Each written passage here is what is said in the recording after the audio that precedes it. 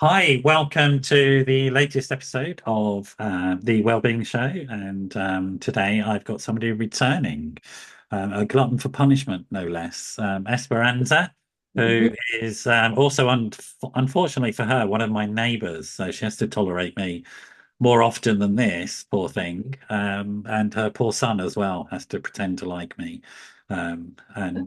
So good training for later on in life. There's all sorts of weird people out there that you have to learn to tolerate. So she does it very well. Welcome back, director of Wholetalk, and also previously and currently working in the fashion industry.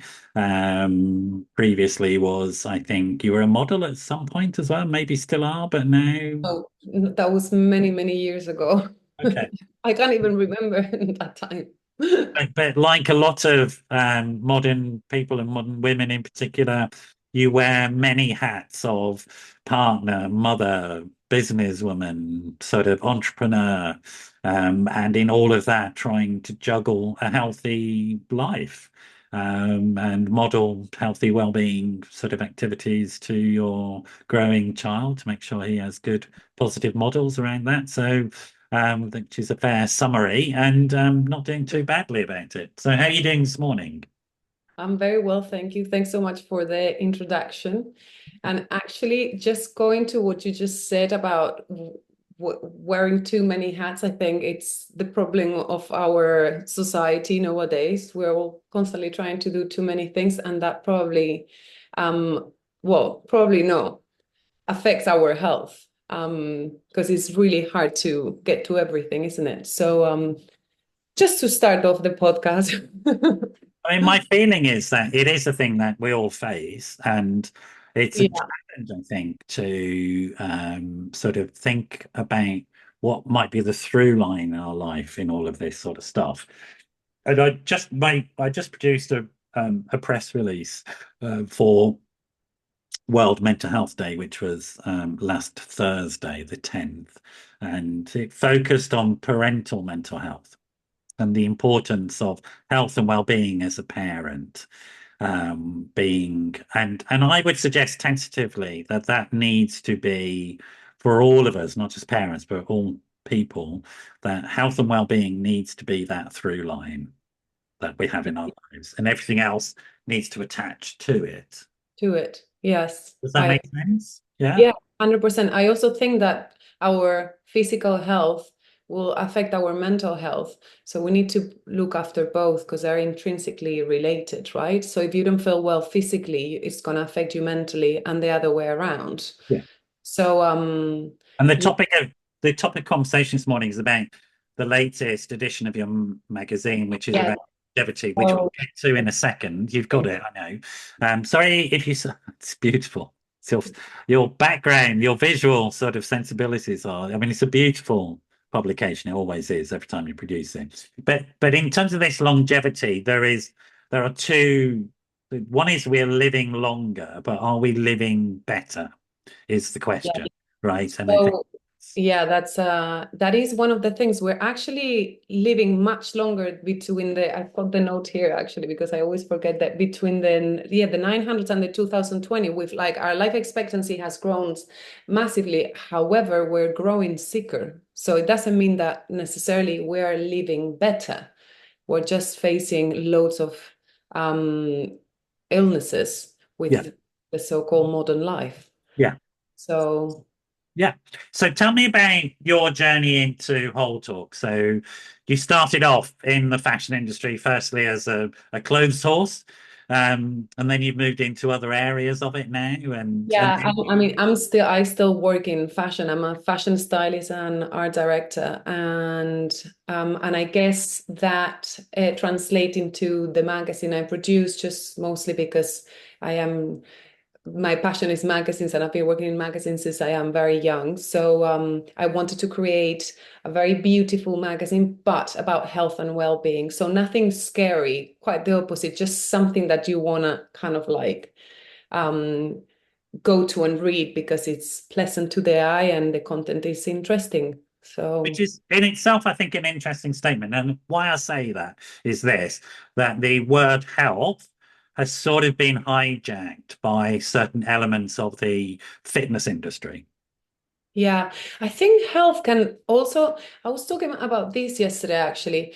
Health can be a word that could be a bit scary in a way and almost a bit too sciencey. All of us, I don't know, I felt like well-being, I see it as a different well-being. I see it more like as like this trend that we have or now into this well-being with all these new techniques or new, high-end treatments or whatever. But health, I find that is something that people almost are scared, like, oh, healthy, kind of like almost as if it has a wrong connotation, like, ooh, healthy, like boring or bad or like doctors, or when it almost has to go the opposite way. Health is like the most beautiful thing. It's like when we live vibrantly and energetically. Do you know what I mean? Um doesn't need to be boring or like forget about your life. That's it. If you want to be healthy, just you have to stop doing all the things you like or going out or doing this. Um, but maybe that's how I see it. No, Maybe I mean, I like that sensibility. It's why I like having you on, and I'll bring you back. It's also it's interesting for me, and I'm interested in your personal journey to health and well-being, whichever word you want to use, because I know you've got personal reasons for it as well. But it's interesting, and I think this is um, something that interests me about you in particular. You work in an industry that isn't particularly healthy. It's not so much focused on that. It's more focused on aesthetics. And however you get the aesthetic is fine by the industry in some ways, right? And yeah, which is not always right. Yeah, exactly. Because sometimes looking thin or looking a certain way doesn't mean that you're healthy inside. Yeah. so so I'm interested that you stay in the industry and you work in health and well-being as well. And I think that's a really important statement.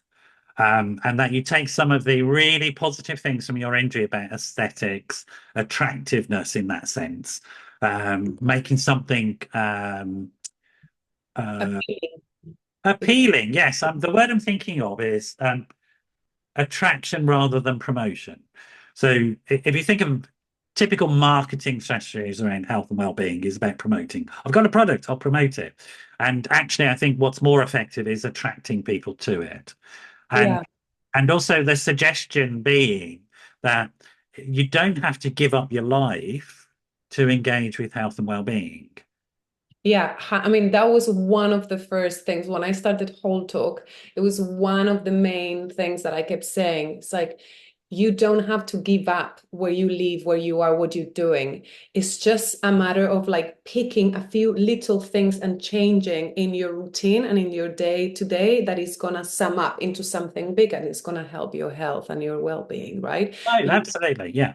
Because you don't have to, like, not everyone can go and move to the countryside and have like a a veggie garden and just live like that, which is wonderful, but not like we live in London, right? We have busy lives, so it doesn't mean that we have to give up all of that, but we can make certain changes, like turning bad habits into positive changes, and that eventually will sum up into something bigger, and there will be change. You'll be feeling better, and you'll be feeling much healthier, and that will again affect you mentally, physically. So it's a little bit of like the beginning of like Wholetalk. That was kind of like my goal, just to tell people it's like you can't just change certain things, but it doesn't mean that you have to give up on it and everything, because that can be quite scary, right? Yeah. Yeah. Like extremes are scary. We don't want extremes in health. Extremes are not good. Yeah. You It's also it's not going to work. It's not. it's not I mean, sustainable.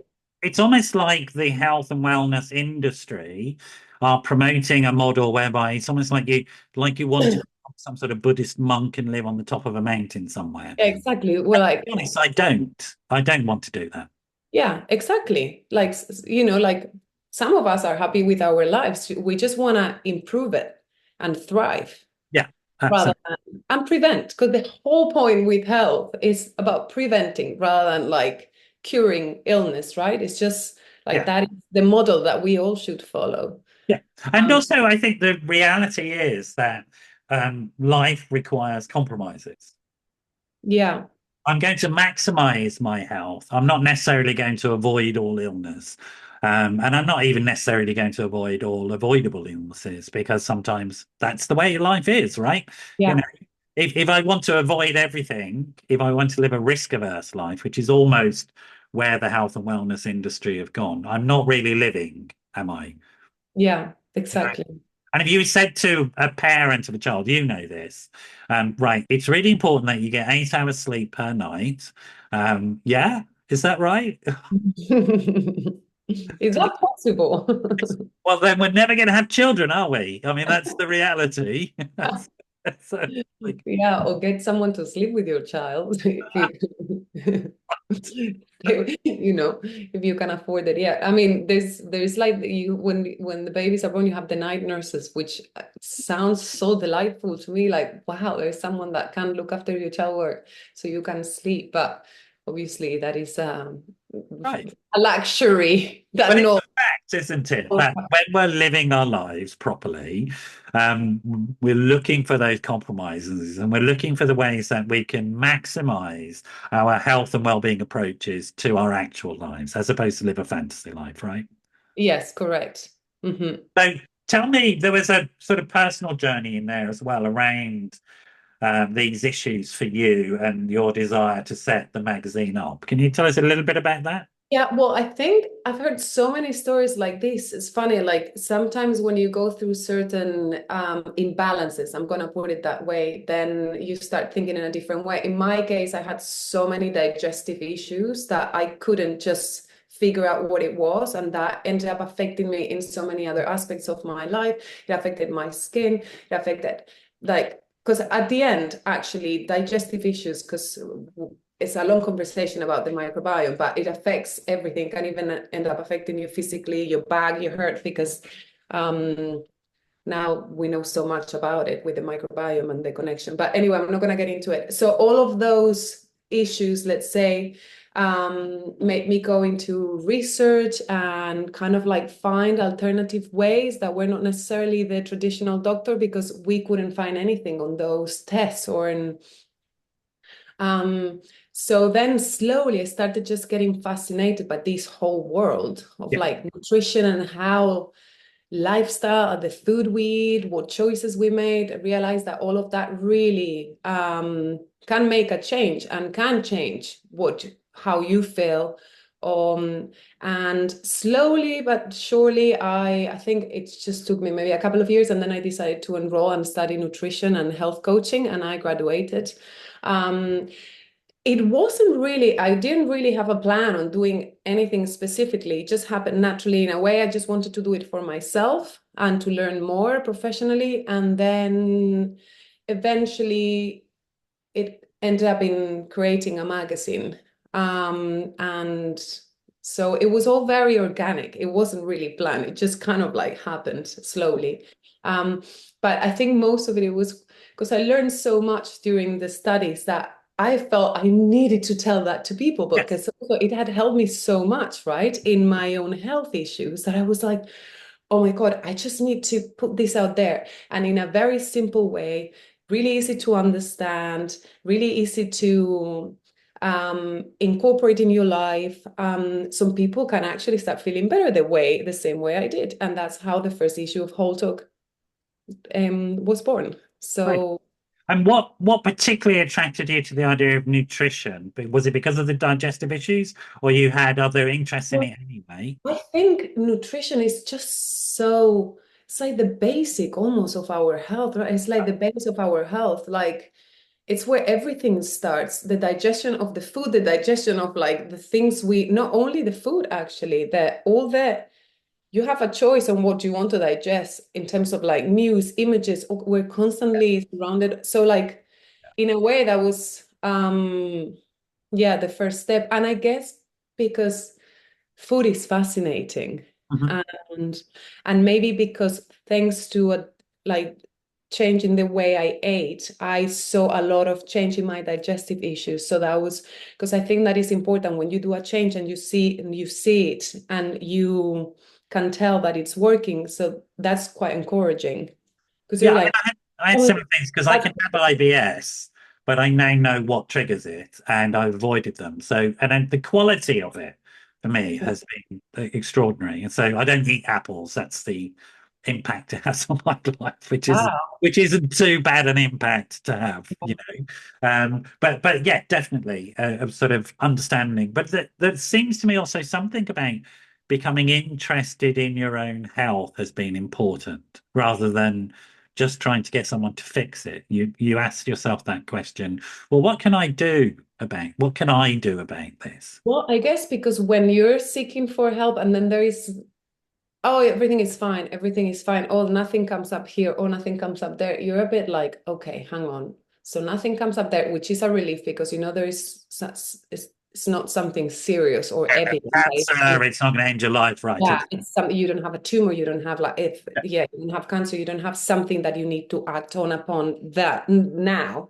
And we Uh, should emphasize that, shouldn't we? If people are struggling, they should get themselves checked out by their doctor and make sure there isn't Something, yeah, this exactly. illness that needs to be Yeah. managed. Yeah, Yeah, definitely. 100%. I mean, I am not against the traditional medicine at all. I think we have to combine both. You know, I think we have to combine prevention and more a holistic way of um, living with science and with medicine because it's I mean both of them are really important. Yeah. So I guess when going back to your question, I think when you don't find the answers you need to know, but you're still not feeling good and you're feeling awful, you know that something's wrong because your body is telling you that something's wrong. And what do I have to change? So you're almost in start kind of like pinpointing at what, you know, what can be this, and this. And slowly I ended up, yeah, research and research and research and this and that, and then testing this and testing the other thing, and then changing that. And then eventually I started kind of like feeling better. And also, I think there is one thing that is so important that we don't see, and it's kind of like so silent, right? Which is stress. And that everyone knows about it. And every time there is some, oh, you're stressed, oh, you're stressed. Actually, yeah, it can be. Do you know what I mean? But it is so hard to pin because it's not evident. Because I think when you're sick or you're not feeling well, you almost want to know like, oh, it's because of this. And then you're like, ah, I'm gonna change that. As you said, apples. Oh, perfect. I just don't eat apples. It's really easy to do that, right? When you know that something is not right, okay, I'm gonna stop eating apples. But the problem is that when you don't know, and in this case, stress, you're not really aware of is it affecting me, is it not affecting me, or at the level that is actually affecting you, which Yeah. is one thing that I think most of us suffer from. Yeah. And stress itself is cumulative as well. And we shouldn't make that point. There's an Yeah. old saying, isn't there? The back didn't get damaged by bending down to pick up the heavy weight. The back got damaged because for many years you didn't bend properly. Yeah, so like stress is a good thing in small doses, right? It gets us out of bed, we accomplish things, we want to do things. So like, but when it's like in really high doses for prolonged periods of time, that's when it start, as you say, accumulating and then it starts going against us rather than with us, right? So and I think in our, you know, in these cities that we work so fast and we're constantly measuring our days by how productive we've been, Mhm. you know, like that can, I mean, stress is a thing. It can really affect us. And Without we, doubt, without doubt. The other thing, so this is the story that we're constructing here is that you're an intelligent, busy person. You notice that there's problems. You start to seek help through your doctor. You get reassured that there's nothing allopathic that needs help with immediately. So the structural issues are fine, but still there's problem. You continue to search for help. You research, you start to discover this information, and then you want to share it. Where does the wanting to share it come from? Why were you motivated to help others? well, I mean, I don't know. I just was so happy to learn all this that I wanted to help other people too. Because I also, um, in my environment, I hear loads of stories of, oh, I have this, I have that, I have this. And then you realize that we're all suffering from something. from some sort of chronic problem that, as we said, is not necessarily a life or death situation, but that affects our lives like daily. And just realize that most of us are not thriving. We're just living, but not really thriving. Like, oh, back pain, oh, this, my stomach. I mean, the stomach issues is a thing. So many people Yeah, has. without a doubt. So it's also, I guess the point I'm getting to is that you're a So you're prototype. asking me something very specific, and I'm going la la la la No, la la. no, no, no. You're being you, and it's fine. What the point I'm making is this journey, and your journey is prototypically what we know from research that works to help people get well, which is taking ownership, going through stages and processes, and getting educated about this, developing skills, and then that aspect of them being altruistic and wanting to help others because we're social animals. And when we contribute to the social good, it makes us feel good. It Yeah. genuinely does. And it is a really important point to make. And because I know you, I know this story, I wanted to just pull you along so that people understand this. Okay. That this is the shift that has happened in your life from quite a difficult place because we all were in a difficult place during the pandemic and you saw your son struggle, you struggled yourself, these things came to a head like for a lot of us, right? But you took action. And not only did you take action to look after yourself and your family and your son, you then had this desire to help others. And I think those are really important things, messages to get across. And then that morphed into Wholetalk, which is a fantastic magazine, and I would really encourage people to read it and engage with it. And you can get hold of Wholetalk on Instagram, and I think Instagram is like a perfect platform for what you do. It's just if anybody could design a platform to show what Esperanza does, that's it, right? Um, so that's the backstory, and I think it's really important people understand this that we're not promoting here, and you're not promoting a sudden magical cure. There's no pill. It is a lifestyle change, but it's a realistic lifestyle change. Yeah. Okay. You don't have to give up your life for this. It can be incorporated in, right? Yeah, exactly. I mean, yeah, nothing I tell is revolutionary. Do you know what I mean? It is just a sum up of things that we can change and that they're free. All these things that you can incorporate in your life, they're free. I mean, by all means, you have all these amazing treatments now and the biohacking and the research and all these new machines and things that if you can afford to incorporate those into your life, by all means, go do it. But actually, the core, what I really talk about, it is really accessible and it's just in front of us. Yeah. So Yeah. tell us about this latest issue then, which is looking at longevity, right? What's it called, first of all, the issue? It's called the longevity issue. I've got a copy here. Right. The longevity issue. And I really wanted, I mean, I was toying with the idea for a I mean, while. given that you're so young, it's interesting that you're thinking about young because you're in comparison to me, I should be thinking about longevity, not you. Well, I think longevity is like, it doesn't really mean you have to be a certain age, right? I think we should all embrace it, regardless of what our age is, because we're all getting older. We can't change that. Do you know what I mean? So how can we You know what improve? there's a saying, I don't know if you know this saying. If you want to know what your health is like in 5 years' time, ask yourself what you're doing today. Yeah, that's a very good saying. Yeah. Yeah. Exactly. So I think it's I don't know, it was a fascinating subject that I had in my mind. And then I thought, oh, it's not so much about I didn't want to do an anti-aging issue because it was a bit like felt like I don't know, I felt it was a bit negative, the whole thing. I was like, I want to do an issue about living longer, about Yeah. longevity. Yeah. Do you know what I mean? Kind of like reframing, because actually everything in life is reframing, isn't it? It's like how, Yes. from what perspective we look at the situation. Yeah. Um, And also maybe more keenly because there are gender issues and work issues.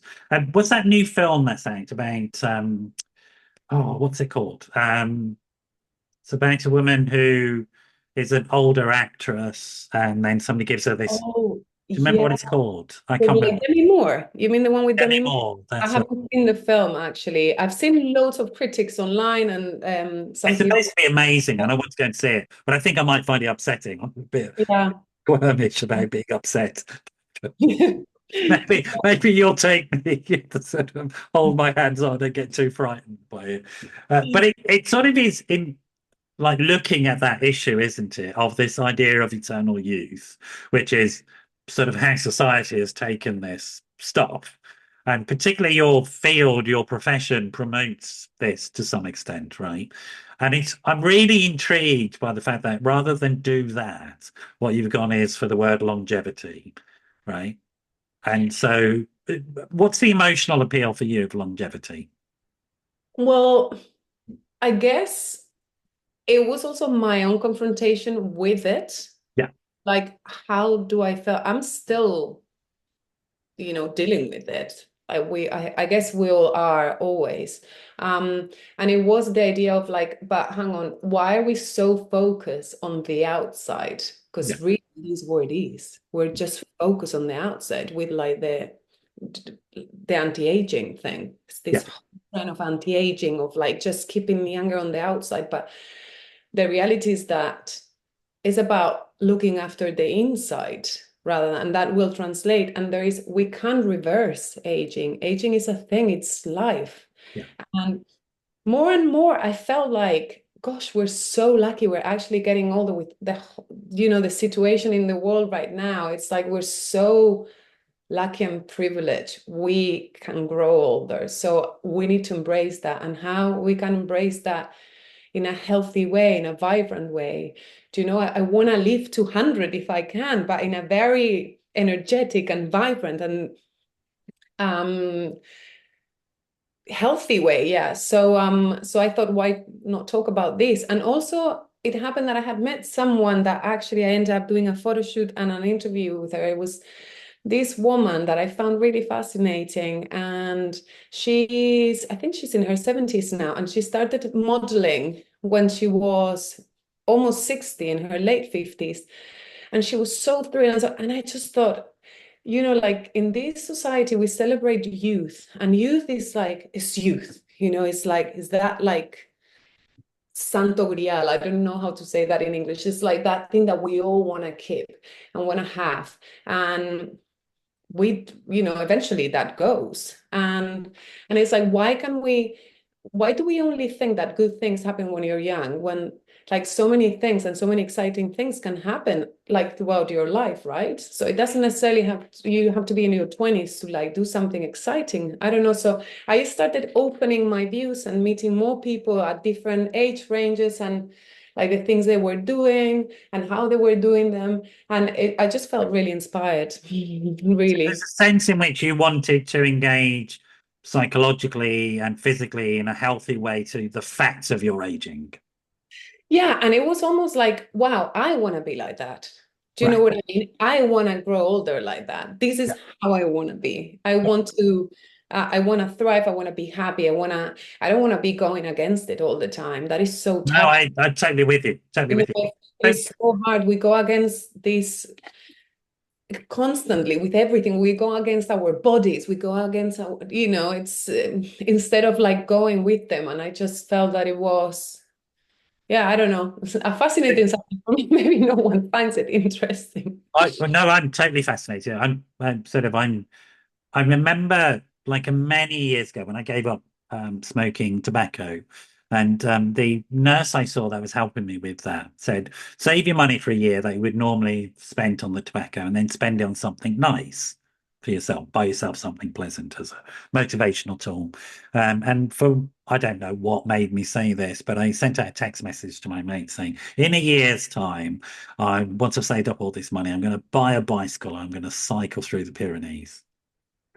My friends being my friends, a year later said, right, have you bought the bike yet, Noel? So, You didn't. I, But you were cycling through the Pyrenees. this was 35 years ago, right? And so I did. I bought the bike and I got a coach, which is called, I don't know if it still exists, called the European Bike Express. And you put your bike on the back of it, and the coach took you. I went to Rosas, as you know where that is, Mhm. in the north of Spain, and then cycled through the Pyrenees over to France, Amazing. which was great fun. It was great fun, but it was also the the bus journey was really interesting because the people on that bus, I would say the average age was 60, 65. I was younger, right? And like that's what happened to me. I was just looking around going, you So they know, were all cyclists that were going through they're the all same. going off on adventure holidays and cycling holidays and fit as a fiddle, happy, and adventurous, living life to the full. And I found it really inspiring to be on that bus journey and talking to people who are older than me. That's, Um, I mean, I find it so. I recently said, I was talking to a friend. I said this. It is so fascinating to make friends that are older than you are because, also, especially where I live in London, I feel like everyone's young or so almost the same age I am. Like in general, you find people that are within the same. So you don't end up necessarily bumping into or meeting people that are like much older or so it is nice to make those connections because as the same thing that happened to you, you find it really inspiring. yeah, and you're very kindly allowing this old man to say hello to you in Well, public, and with the exception of Noel, the exception of Noel. To, obviously 100, but all these techniques and cycling makes him look like that. So tell us your age, that's your right. real age. It's failed in my case. And one of the things, as a human being, one of the things I'm interested in as a man who's in his middle age, but at the end of the middle age, and I'm heading to old age without a doubt. But one of the things the questions I ask myself is, I know I'm going to live longer, but am I going to live happier? And I'm more interested in that, the quality of my life. And it seems to me that that's some of the issues that you're discussing in this issue of the magazine, that it's about quality of that longevity. It's not just about trying to live longer, but what the quality of that longer life is. Well, I think that decision is entirely up to you. Right. So tell Well, us about that. well, how can I explain this? So ultimately, you are the responsible for your own health and well-being, right? So it will depend on the choices that you make every day. Okay. Because at the end of the day, our go back to we're repeating and repeating the same words again. So our health and well-being is the summation of all these million decisions that we make daily on certain things that will affect you for good or for bad. Yeah.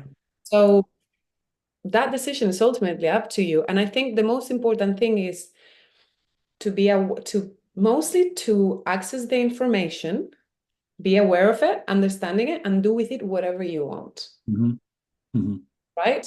Um, and it's your choice how you want to live it. And So of let's make course, it practical for people thinking about this stuff. We give them a lot of practical tools. One of the things you look at, I think, blue zones. Is that right? yeah, These. blue zone. I mean, how can we talk about longevity and not talk about blue zones? So tell us what a blue zone is, and tell us what happens. So the blue zones are these zones in the world. Currently, is five that are the healthiest and long living areas in the world. So like where people live healthiest and they live the longer. Yeah, So like the they're not impact. just on resuscitation machines; they're actually living life, right? They actually live longer and they live healthier because I think that is really important. It Yeah. doesn't mean that they live to 100 crippled. They actually live healthier. Um, and they all have like certain things in common. There is five zones at the moment, which is it's Ikara in Greece, is and in Japan, Okinawa in Japan. There's Loma Linda in California. We have an area in Sardinia, and there is another one in Puerto Rico. Is it Puerto Rico or is Costa Rica? Now I'm getting confused. It's Anyway, okay. That's fine. But if you there's Google blue zones, they'll come up. They're yeah. they're And designated by the United Nations as areas of interest. yes. And then they all share many things in common. Again, we're going back to it is not one thing. It's not that they eat sweet potato and then sweet potato is going to make you live longer and healthier. It's not. They all have like certain aspects that kind of like they're very similar within each other, but they all will change because they're all in different parts of the world, so they won't eat all the same thing. Yeah. But they have So a there are very, certain processes, but the actual specifics are different. yeah, exactly. They're eating local produce and all that sort of So stuff. they all have It's like another, one thing in common, that they eat in local produce, that is, they eat it as closer as nature as it comes. yeah. So There lack are of processing, so lack food of that isn't processing. processed so much. Because in all of these, actually, they have some sort of degree of isolation with the modern world in a way, either because they're in an island or because of their, so they don't have like maybe all the modern techniques and things that we have in like, in London or in, so like those ones are shielded a little bit by that. And that is quite positive in terms of like loads of them have like their own gardens where they, not all of them, the one in Japan, actually, they do a lot of gardening. So they have that, they're quite active in general, Yeah, all of them.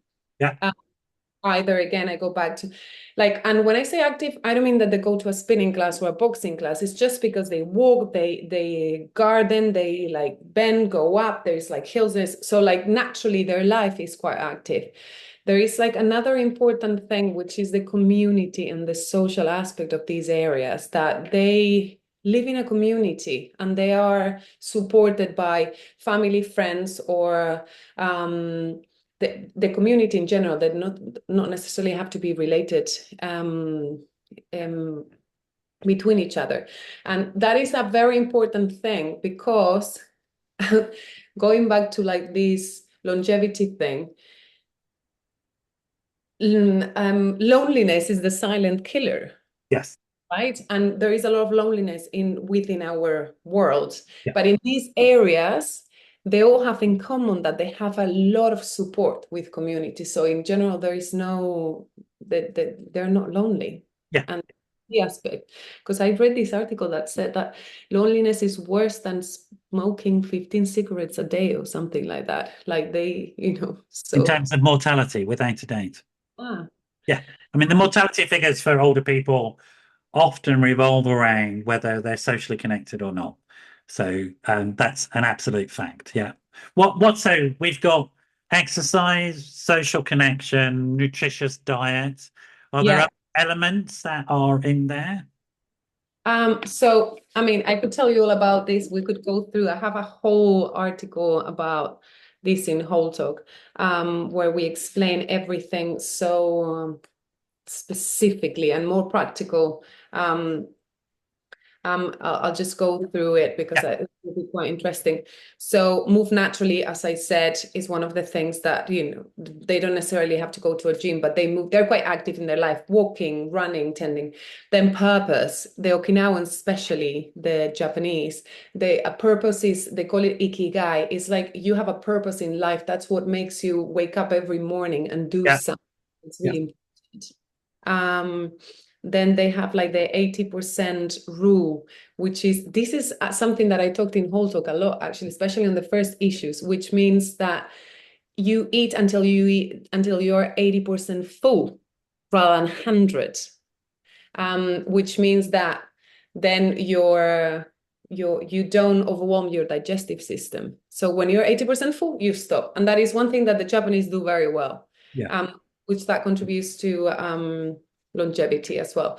And then, as we said, there is these zones are not vegetarian or vegan, but their diet is based on plants, pulses, fruits, vegetables, nuts. They eat fish if they have access to, or meat if they have access to, depending on where they are. But the most base is the plants, which it is another, yeah, Yeah. very, I mean, we know this. The evidence is quite clear. It's not that yeah, you can't eat meat, but you need a balance, and the balance needs to be towards the plant. yeah, Yeah. yeah. So I always say I would do 70-30. Yeah. I would always like base 70 because again, we all are different. And as we said, you can't really use the same diet I use. Yeah. because as you say, your body doesn't digest apples properly, and mine is probably, who knows. So like, but we can sum up the whole thing into like 70-30 for everybody. You just move around whatever, if you can digest beans, so then maybe have more of the green. So it depends. But I would go for 70 plant, 30 the rest of the stuff. Okay. And it seems to me that what you're describing, and you tell me if I'm wrong, is that what seems to be a successful methodology for having healthy longevity is to be engaging in healthy activities around the biological, Mm-hmm. social, in terms of social connection, and the psychological, in terms of meaning and purpose, make sure you don't slip into depression, having a purpose in life. And those three areas seems to me that you're highlighting. How do Yes. you do it in your life? And I think we've described it already, and I've talked about altruism. How would you think you do it in your life, those three areas? What are the sort of key things that you do?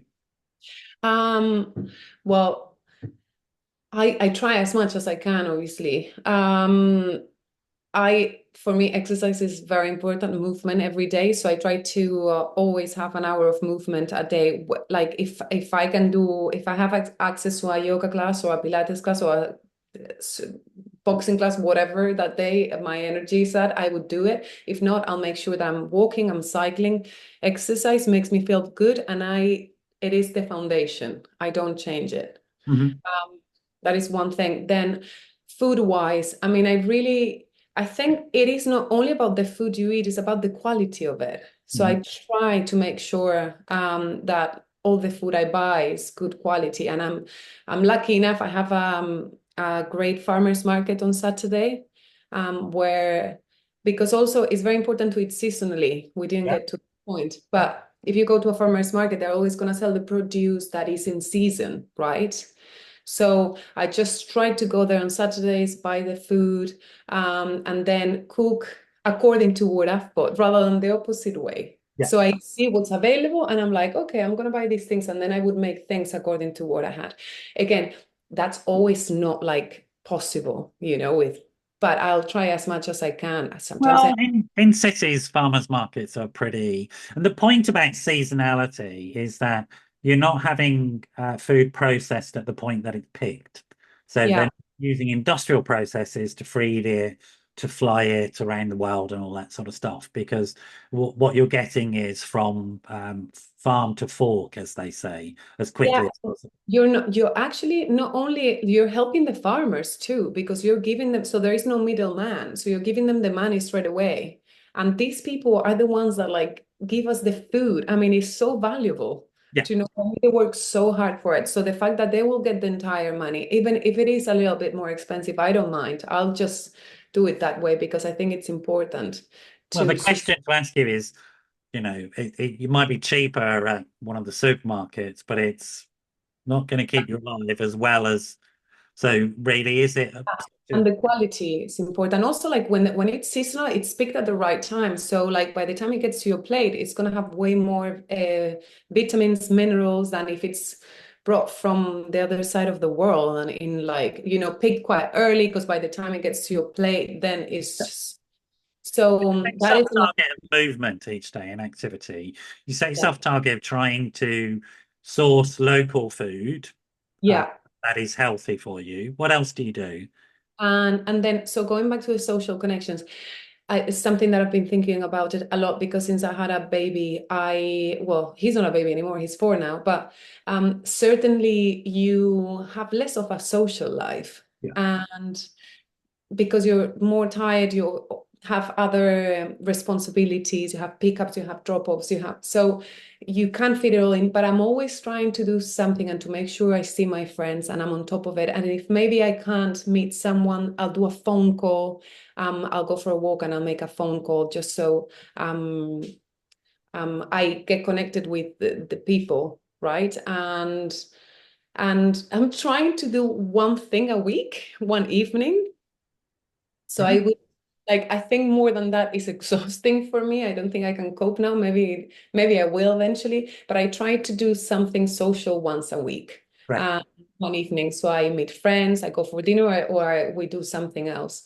Yeah. Um, which ties into the connection and community and things. Another thing about this, I would say, is that when you have children, you end up making a lot of friends in the play park, right? Which is really Yes. important too, because now I've made a great community of friends that have kids the same age I do. So then when I take him to the park, then I can connect with them too. So you're not alone, you're sharing that. And then you can make plans with them while the kids play. And that is also something that has really helped me into this transition into motherhood. Yeah. Yeah. And it is a transition because that's sort of like it's quite scary stuff when it Yeah, happens. and And if then you meaning and purpose stuff. Where do you get that from? How do you incorporate that into your life? I think partly by doing whole talk. I think that's part of it. But what oh, would you say is your that is, I love my career and I love my right? job. It's both. I actually love being a fashion stylist, and I couldn't give up that. I feel very lucky to be working on something that I really enjoy. So that gives me purpose, because also when you're freelance, somehow, like, it comes with disadvantages too, but also you have to be quite active and moving constantly to find the next goal or the next client or the next thing. So it keeps you quite active in that sense. And then Wholetalk, just like my my side of it, is so creative and it's so fulfilling, what we talk about. So that's the kind of like what complements my I guess my purpose too. It is, I have to say, it is quite exhausting too. And to this point, it is not super profitable. So what I'm saying with this is that it's not all like, wow, life is great. I also face challenges with it. Do you Yeah. know what I mean? But I think it's such a nice project, and I want to share it more and more, that I am putting some of my energy into it and hoping that at some point it will translate into something so I can do something better each time. Yeah. Um, Well, so that's the classic sort of entrepreneurial position. You have to start where you are, not some point in the future. That's perfect. So do what you can yeah, now. I mean, and also according to what I can, what is manageable for me, I guess. So I take it step by step. Yeah, I exactly. try to not put too much pressure. Mm. And I want to say something about this, about like, because we've kind of like pinpoint all the how I do all of these things in my life. I also, as I said, being freelance can be quite stressful too, because you don't have security, right? You Yeah, don't know if yeah, next month you're going to have the same projects or you're going to have less projects. And we live in an expensive city, so you constantly have to be working. I have a child, have to like childcare. I have to like always take all of these things, so it can be also stressful. And when I find myself at times for that, or for a lack of time, because also when you're so busy that you don't have time for yourself, you're grateful because you're working, but you're also stressed because you're exhausted, right? So I always try to use breathing for these times, and it's something that I found really helpful, that some people are like, yeah, well, go and breathe. I have to say it is really powerful. yeah. And I do the 4-7-8 breathing, which means that you have to like inhale for 4, hold for 7, and exhale for 8. One of the contributors for the last magazine wrote a very nice article about breathing and breathing exercises, and she taught me that, and I found the 4-7-8 breathing quite like a very helpful tool. Yeah. So I recommend it to people if if you go on the Wholetalk Instagram, you can see it too. But Yeah. it is, yeah, quite a powerful tool that I would just advise And people. it's great. I mean, what I've said to you when we've talked about this, and I've just been just a brief mention of seasonality, because I know that you've been affected by seasonal changes recently. I won't go into details, Mm. but you've recognized that, and you've recognized that your needs have changed because of that, right? And I think it's really important that we recognize that we are seasonal animals. Not just are we eating seasonal food, but things happen to us with seasonal changes, right? Yeah, I think now like all of this is kind of like ingrained in my brain, that I don't really so what I notice the most is my energy. My energy just Yeah. went down. I think I am usually quite an active person and I'm like doing things all the time. And I just felt that I was at my 50%. So, and going back to the movement, so I still moved, but I moved in a different way. So I wasn't doing all these, boxing classes or more like energetic classes. I did slow flow yoga. So like try to take a walk instead. So like I didn't stop moving because I think moving is still super important, but I was gentler with myself and did what I could, if that makes sense. Absolutely makes sense. And the ongoing conversation I've been having with you as somebody working in this field is that I appreciate that you make it real in your life and you make it accessible, and you're making the necessary compromises, which mean that in the future you're more likely to have a better quality of life, and certainly helping people make those more informed decisions. And I would echo, I think a lot of it is about having the appropriate, correct information and looking at it as a process that happens over time. We don't transform overnight with any of these things. We put in a new small habit today. We practice that. Once we've mastered it, we have another habit that we then develop. Yeah. Once we master that, and we take it, and then we change because the seasons change, and therefore we have to have a big repertoire of things that we can do. But it's those principles, like you said. So I'm still moving, but I'm not going to high intensity classes. I'm going to lower intensity classes, but I'm still moving. And it is possible to think about in those terms, right? It really is. Yeah, it doesn't mean that you have to change the whole thing. It's just adapting, right? It's the same thing with the food. So like naturally when we go into the colder months, we felt like we want things that are warmer and Yeah. cooked. So like we step away from the salads or the raw things. And naturally you want to go into like, and all of these things are important because our bodies naturally are asking us for it. Yeah. And I think when you start tuning into your body, all these things kind of come organically and slowly, and you start noticing. Yeah. You just have to make that click, start connecting with your body, your mind. And because I think so often we live so disconnected, we just keep doing, doing, doing, doing at any cost. It doesn't matter. Right. And that's what We're we at the have. end, I'm afraid. We're at the end of the hour. It always goes by quickly. Where can people get hold of you, the whole talk, etc.? Oh, they can go to the Instagram Wholetalk, which is at Wholetalk underscore, and on my website, Whole underscore talk.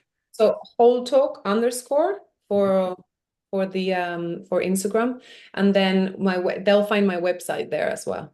Yeah. Um, and And in yeah, terms of the fashion work as well, because that's what you do, oh yeah, so that's different place. yeah, esperanzadelafuente.com. That's where you can find my work. Okay, great. It's been lovely to have you back on the Thanks show. so much for having me and like listening to all my blog. I start talking and I get Has a lot of really sensible, wise stuff in it. So thank you for sharing it with us. thanks for Um, like and I shall see you on the street carrying stuff in yeah, it relatively cool soon, helping. I imagine. Yeah. Helping Thank you you climb those massive stairs that you have at your front door. thank you so much. Thanks for having me again. All right, mate. You take Pleasure. care. You stay All there. right. Thanks everybody for joining us. Get hold of SB on her various places, so her website, and also go and get a copy of Whole Talk. It really is very beautiful and very informative, and those two things are an amazing combination. So take care. I'll see you all soon.